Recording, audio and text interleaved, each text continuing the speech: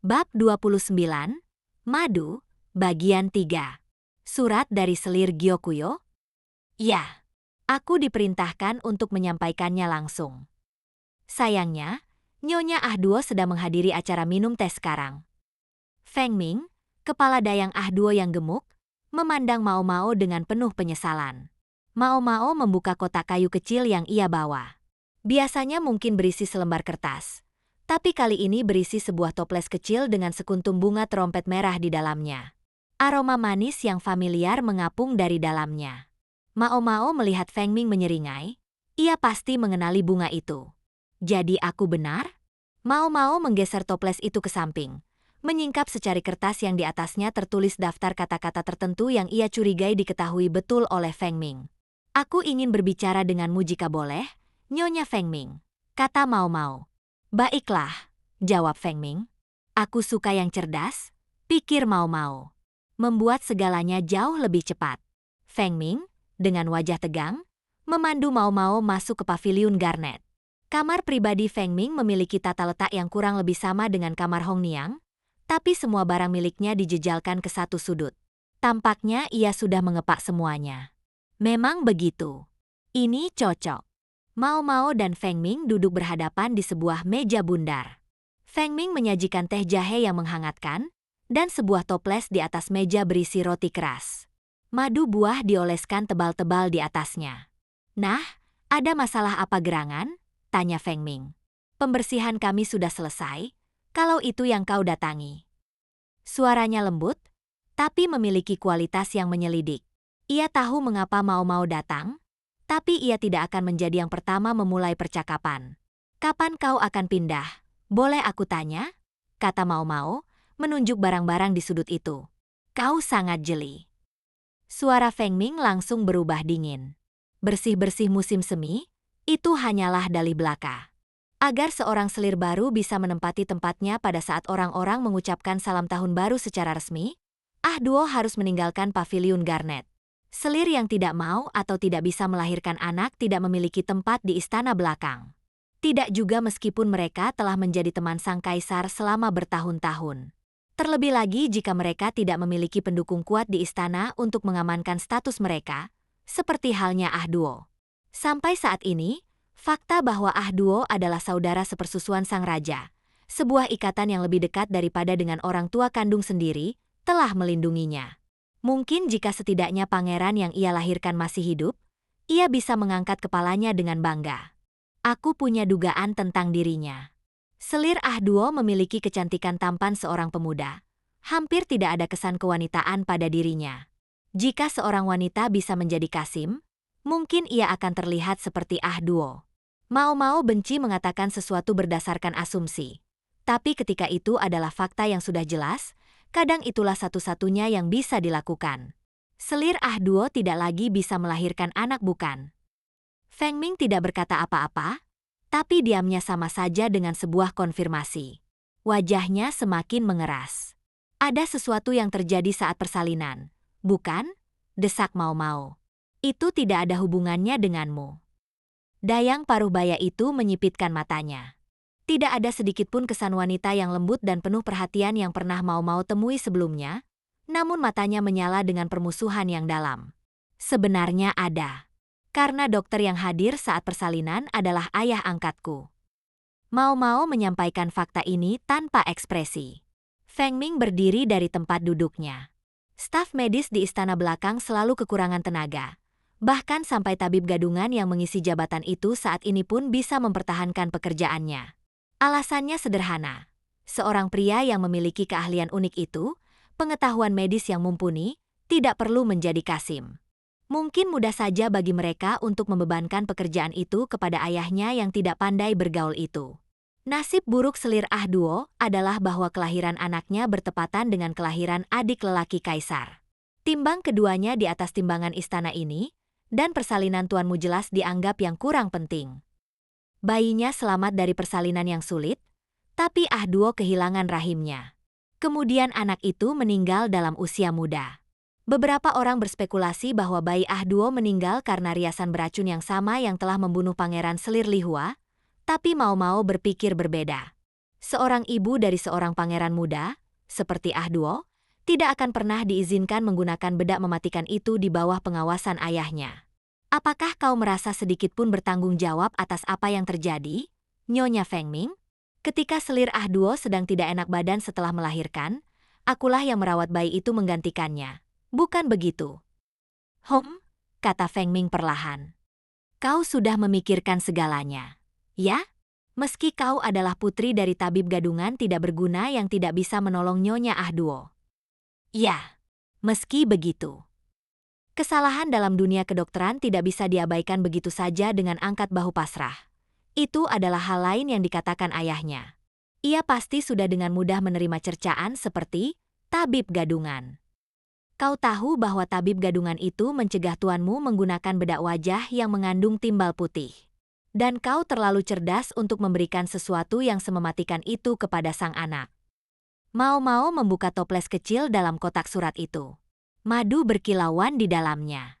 Mau-mau memasukkan bunga merah dari toples itu ke dalam mulutnya. Rasanya membawa kemanisan madu. Ia memetik bunganya, memainkannya di antara jari-jarinya. Ada banyak jenis tanaman beracun. Akonit dan azalea, misalnya. Dan racunnya terbawa pula ke dalam madu yang dihasilkan dari keduanya. Aku tahu itu. Memang seharusnya begitu. Sebuah keluarga peternak lebah tentu saja diharapkan memahami hal semacam itu. Dan jika suatu racun bisa menyebabkan keracunan serius pada orang dewasa, bayangkan apa yang akan dilakukannya pada seorang anak. Tapi kau tidak menyadari bahwa madu bisa mengandung racun yang hanya mempengaruhi anak-anak. Ini bukan asumsi. Ini adalah fakta.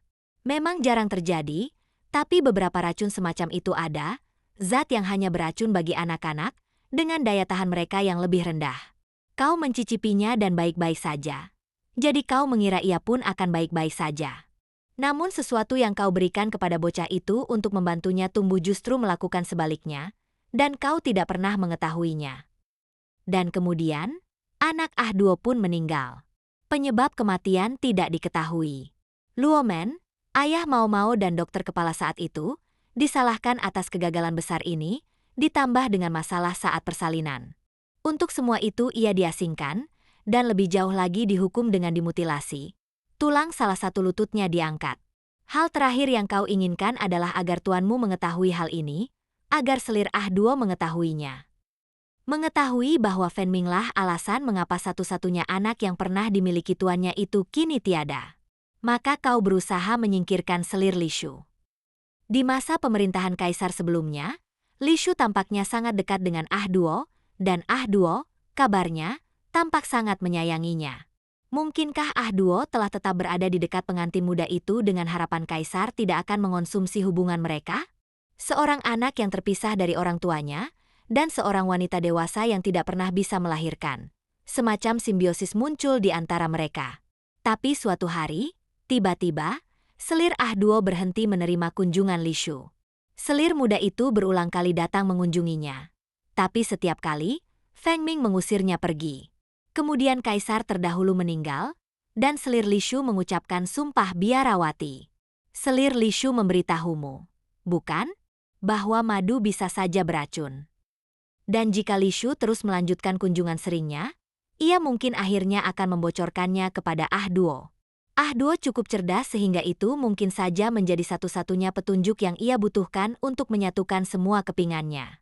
Itulah yang ingin dihindari Feng Ming dengan segala cara. Setelah kematian kaisar, bagaimanapun, dengan Li Shu yang sudah aman di biara, Feng Ming mengira ia tidak akan pernah melihat gadis itu lagi. Sampai ia muncul kembali di istana belakang, masih sebagai selir tinggi. Dan kini menjadi ancaman bagi Ah Duo. Namun gadis itu hampir seakan memamerkan kedatangannya untuk mengunjungi Ah Duo, seperti seorang anak yang rindu ibunya. Begitu terlindung hidupnya, si Li Shu itu. Begitu buta terhadap dunia di sekitarnya. Maka Feng Ming pun memutuskan untuk menyingkirkannya. Di seberang Mau-Mau tidak ada lagi jejak kepala dayang yang tenang dan penuh perhatian itu. Tatapan Feng Ming sedingin es. Apa yang kau inginkan? Tidak ada, kata Mau-Mau, meski ia merasakan sensasi kesemutan di tengkuk lehernya. Pisau yang tadi mereka gunakan untuk memotong roti ada di rak di belakangnya. Itu hanyalah golok biasa, tapi lebih dari cukup untuk mengancam Mao Mao yang bertubuh mungil. Dengan mudah pisau itu bisa dijangkau oleh Feng Ming. Apa saja? Feng Ming menawarkan, hampir dengan manis. Nyonya pasti tahu betul bahwa tawaran semacam itu tidak ada artinya. Bibir Feng Ming melengkung hampa mendengar itu. Itu bahkan tidak sampai ke taraf senyum sopan, tapi ada sesuatu yang dalam dari ekspresi itu. Apa? Katakan. Apakah kau tahu apa yang paling berarti bagi orang yang paling berarti bagimu?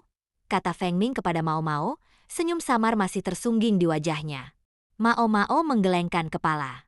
Ia tidak tahu apa yang paling penting. Entah itu benda atau orang. Nah, aku mengambilnya, kata Feng Ming.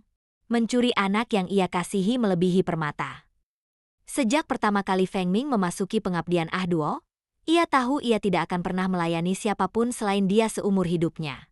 Sang selir memiliki keteguhan kehendak yang tidak biasa pada seorang wanita dan bisa memancarkan tatapan yang sama seperti sang pewaris tahta sendiri ketika ia berbicara, dan Feng Ming sangat menghormatinya tanpa batas.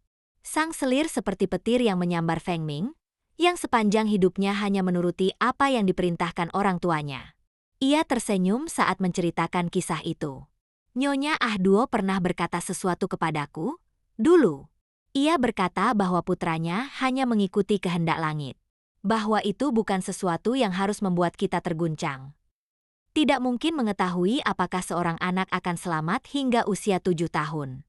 Penyakit paling ringan pun bisa membunuh mereka seakan dalam sekejap. Namun aku bisa mendengar Nyonya Ah Duo menangis setiap malam. Feng Ming memandang tanah dengan perlahan. Semacam erangan lolos dari mulutnya. Kepala dayang yang tidak tergoyahkan itu sudah pergi. Yang tersisa hanyalah seorang wanita yang dihantui penyesalan mendalam. Bagaimana rasanya melayani selir Ah Duo selama 16 tahun ini? Mencurahkan diri sepenuhnya kepada tuannya. Tanpa memikirkan seorang suami atau pasangan? Mao Mao tidak bisa membayangkan. Bukan emosi Feng Ming, bukan pula seperti apa rasanya menyayangi orang lain sedalam itu. Karena itu ia sungguh tidak tahu apa yang ia inginkan. Apakah Feng Ming akan menerima apa yang hendak Mao Mao usulkan? Tidak diragukan lagi Jin Shi sudah diberitahu tentang ketertarikan Mao Mao belakangan ini pada arsip. Ia tidak berpikir bisa menyembunyikan apapun dari Kasim yang hampir menjalankan seluruh istana belakang itu. Ia berhasil menyimpan kebenaran untuk dirinya sendiri dalam urusan Putri Fuyou, tapi ia tidak yakin bisa mengalihkan perhatiannya kali ini. Pun ia tidak menginginkan itu. Ketika mendengar apa yang Mao Mao katakan, Jin Shi akan menahan Feng Ming. Ia pasti tidak akan lolos dari hukuman tertinggi, apapun yang terjadi atau siapapun yang membela atas namanya. Kebenaran akan terungkap setelah 16 tahun. Sesuatu telah bergerak, dan bahkan jika Mao Mao menghilang saat ini juga, cepat atau lambat, Feng Ming akan ditemukan. Kepala dayang itu terlalu cerdas untuk tidak menyadari itu. Hanya ada satu hal yang bisa Mao Mao lakukan untuknya. Feng Ming tidak bisa berharap untuk pengurangan hukuman, juga tidak untuk campur tangan selir Ah Duo. Tapi dua motifnya bisa dipersempit menjadi satu. Ia bisa terus menyembunyikan motivasinya dari selir Ah Duo. Mao Mao tahu betapa mengerikannya hal yang ia ucapkan. Bahwa itu sama saja dengan meminta wanita lain untuk mati. Tapi itulah satu-satunya yang bisa ia pikirkan. Satu-satunya hal yang bisa ditawarkan oleh seorang wanita muda yang tidak memiliki pengaruh atau wewenang khusus. Hasilnya akan sama. Tapi jika kau bisa menerima itu. Jika Feng Ming bisa menerima itu, ia akan melakukan apa yang Mao Mao sarankan kepadanya. Begitu lelah, Mao Mao kembali ke kamarnya di paviliun giok dan ambruk di atas ranjang kerasnya. Pakaiannya basah oleh keringat yang mengucur deras di saat ketegangan tertinggi, berbau ketakutan. Ia ingin mandi. Mengira ia setidaknya bisa berganti pakaian, ia melepas pakaian luarnya, menyingkap sehelai kain besar yang membungkus dari dadanya hingga perutnya. Kain itu menahan beberapa lapis kertas minyak di tempatnya. Syukurlah aku tidak membutuhkannya, katanya pada diri sendiri. Tertusuk tetap saja akan terasa sakit. Mao Mao melepas kertas minyak itu dan mencari pakaian baru. Jin Shi hanya bisa merenungkan fakta itu dengan takjub. Siapa yang akan menyangka bahwa percobaan peracunan terhadap selir Li Shu akan berakhir dengan bunuh diri sang pelaku? Jin Shi berada di ruang duduk paviliun giok, menceritakan hasil ini kepada seorang dayang yang pendiam. Ia sudah memberitahu selir Gyokuyo terlebih dahulu. Dan begitulah, Feng Ming telah meninggal dengan tangannya sendiri, katanya. Sungguh beruntung bagi kita semua, balas sang dayang tanpa menunjukkan emosi istimewa apapun. Jinshi menumpukan sikunya di atas meja. Gao Shun tampak ingin keberatan, tapi Jinshi mengabaikannya. Peduli apa dengan sopan santun? Apakah kau yakin tidak mengetahui apapun tentang ini? Katanya. Kadang-kadang ia memiliki perasaan yang tak terbantahkan bahwa nona muda ini sedang merencanakan sesuatu. Aku bisa memberitahumu apa yang tidak aku ketahui, apa yang kau bicarakan. Aku diberitahu bahwa kau telah membuat Gao Shun cukup sibuk mengumpulkan buku-buku. Ya, semuanya sia-sia. Sayangnya, ia terdengar begitu santai hingga Jinshi hampir mengira ia sedang mengejeknya. Lagi pula, apa yang baru? Mungkin ia masih menyimpan sedikit dendam dari leluconnya beberapa hari lalu. Ia memang sudah keterlaluan. Tapi sebagian besar, ini tampak normal. Ia memberikannya tatapan standarnya, tatapan seperti melihat sesuatu yang menjijikkan, melampaui ketidaksopanan hingga mencapai kemurniannya sendiri. Motifnya, sebagaimana yang kau duga, adalah untuk membantu selir Ah-duo mempertahankan tempatnya di antara keempat selir. Begitukah? Mao-Mao memandangnya dengan ketidaktertarikan total. Aku turut menyesal harus memberitahumu bahwa selir Ah-duo memang akan diturunkan pangkatnya dari posisinya sebagai selir tinggi. Ia akan meninggalkan istana belakang dan tinggal di istana selatan. Hukuman atas percobaan peracunan? Tanya Mao-Mao. Ah?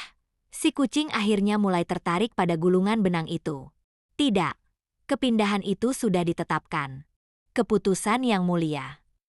Kasih sayang kaisar yang panjang kepada Ah-duo pastilah yang mengizinkannya untuk tetap tinggal di kediaman kekaisaran, daripada dikirim kembali ke keluarganya. Ketertarikan Mao-Mao yang tidak biasa segera membuat Jinshi terbawa suasana. Ia berdiri dan melangkah maju, dan serta-merta ia menegang dan mundur setengah langkah. Jadi ia benar, ia belum sepenuhnya melupakan lelucon-leluconnya. Tentu saja, Gao Shun memandang keduanya dengan frustrasi. Tidak akan ada gunanya bagi Jinshi jika Mao-Mao terlalu tegang. Ia duduk kembali. Dayang bertubuh mungil itu membungkukkan kepalanya dan hendak meninggalkan ruangan, tapi kemudian ia berhenti. Sebatang dahan berbunga merah berbentuk trompet menghiasi ruangan itu. Hong Niang yang meletakkannya tadi, Jinshi memberitahunya. Begitu, kata Mao-Mao. Sungguh mekar yang berlimpah. Ia mengambil salah satu kelopak bunga itu, mematahkan tangkainya, dan memasukkannya ke dalam mulutnya. Jinshi, bingung, mendekat perlahan dan melakukan hal yang sama. Rasanya manis. Ya, dan beracun. Jinshi memuntahkan tangkainya dan menutupi mulutnya sementara Gao Shun bergegas mengambil air. Jangan khawatir, kata Mao-Mao. Itu tidak akan membunuhmu. Kemudian gadis aneh itu menjilat bibirnya, yang menyimpan sekilas senyum manisnya sendiri.